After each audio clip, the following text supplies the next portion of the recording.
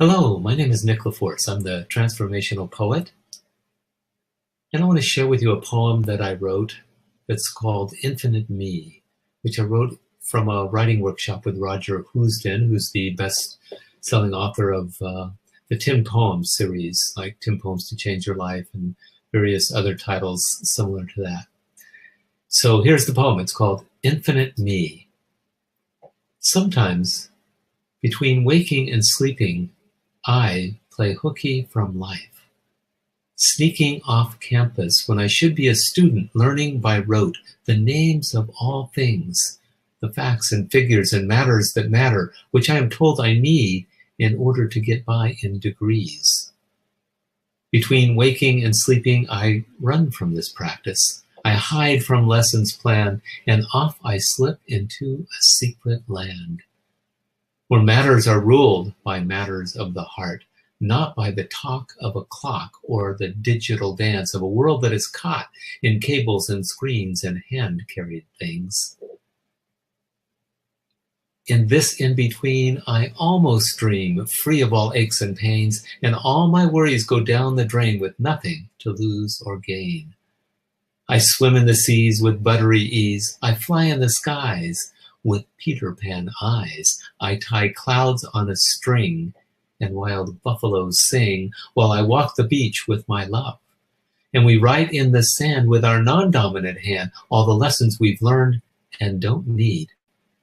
Then we set them free on the ABCs, and we turn to an ocean of love.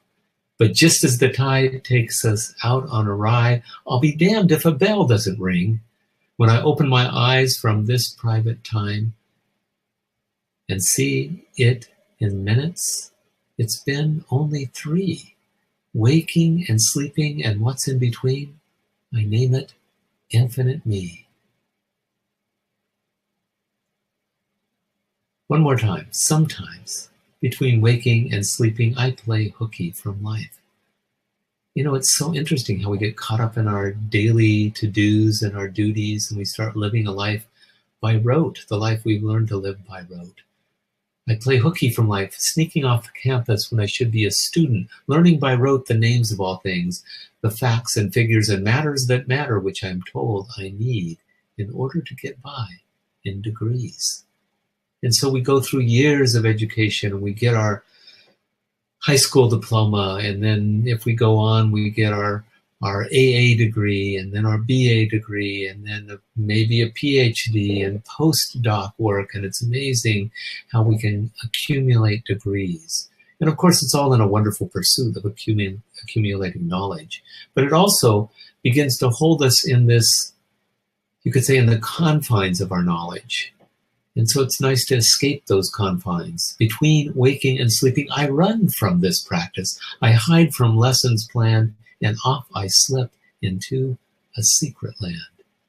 And I've always had this incredible feeling that I'm just at the doorway, a hair's breadth away from living in a magic kingdom, from living in a Disney world in which magic happens all around me, and I'm on a grand adventure in life.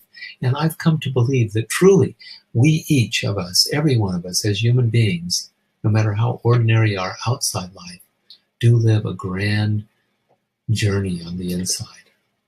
I run from this practice. I hide from lessons planned, and off I slip into a secret land where matters are ruled by matters of heart, not by the talk of a clock, or the digital dance of a world that is caught in cables and screens and hand-carried things. And it's so true. We get so caught up in cables and screens and hand-carried things that we're staring at them as we're walking down the roads, or even sitting next to a companion, and we're looking at our phones rather than engaging in heart-to-heart conversation. In this in-between, I almost dream, free of all aches and pains, and all my worries go down the drain with nothing to lose or to gain. What a beautiful sentiment to enter into a space where your cares and concerns disappear, at least temporarily, and where you move through the world with a lightness of being that is like a dream and is in fact a dream on the earth. I swim the seas with buttery ease. I fly the skies with Peter Pan eyes. I tie clouds on a string, and wild buffaloes sing while I walk the beach with my love. And what better dream is there than being with a companion of the heart, being with a dear one, walking on a sandy shore on a sunny day, hearing the sounds of the waves and the seagulls as they fly by in their sing-song way, and seeing the remnants of life that have been dropped on the shore. Those are moments worth cherishing. And we write in the sand with our non-dominant hand all the lessons we've learned and don't need. And it's true, we learn so much, we accumulate so much knowledge, many of it interesting and a lot of incredible facts, but a good portion of it unnecessary, and in fact, maybe even a distraction from living our deeper, richer, soulful life. Then we set them free. We set the lessons that have held us. We set the learning and the education that has created a bowl within which we live. We set that aside.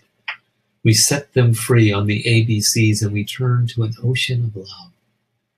I love this idea that we're swimming in an ocean of love. We're drowning in an ocean of love. The universe is so incredibly rich and vibrant with this thing we call love, and yet we miss it. We don't see it. We get lost in the world and forget that we're incredibly blessed and that we live a cherished life.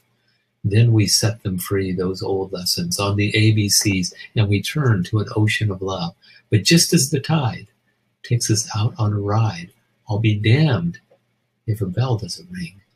And you know, it sometimes happens as you're drifting off, perhaps a text message comes through and there's a little bell chime, or maybe you have set an alarm, or maybe it's a sound in the outer world that brings you back and restores your consciousness to the everyday world. And sometimes that's unfortunately premature, where we're just about to go off into some amazing place inside, and the world calls us back, claims us again.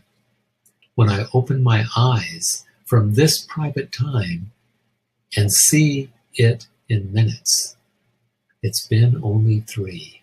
And so often we can fall into that space, that dreamlike space, that in-between space, and it can feel as if 20, 30 minutes, an hour, 2 hours have gone by, when in reality, in clock time, it's only a very short period. When I open my eyes from this private time and see it in minutes, it's been only 3. Waking and sleeping and what's in between, I name it infinite me. And I truly believe that there is an infinity inside of each of us, and that if we give ourselves a chance to step over the edge of our conscious everyday world, to step out of the habits and routines that hold us in a certain place, that we truly do access the infinite. So I hope you find inspiration in this poem, that you yourself will enter into that space where you become infinite. Thanks for joining me. My name is Nick LaForce. You can check out my work at nicklaforce.com or email me at nicklaforce@me.com. Thanks again, and take care.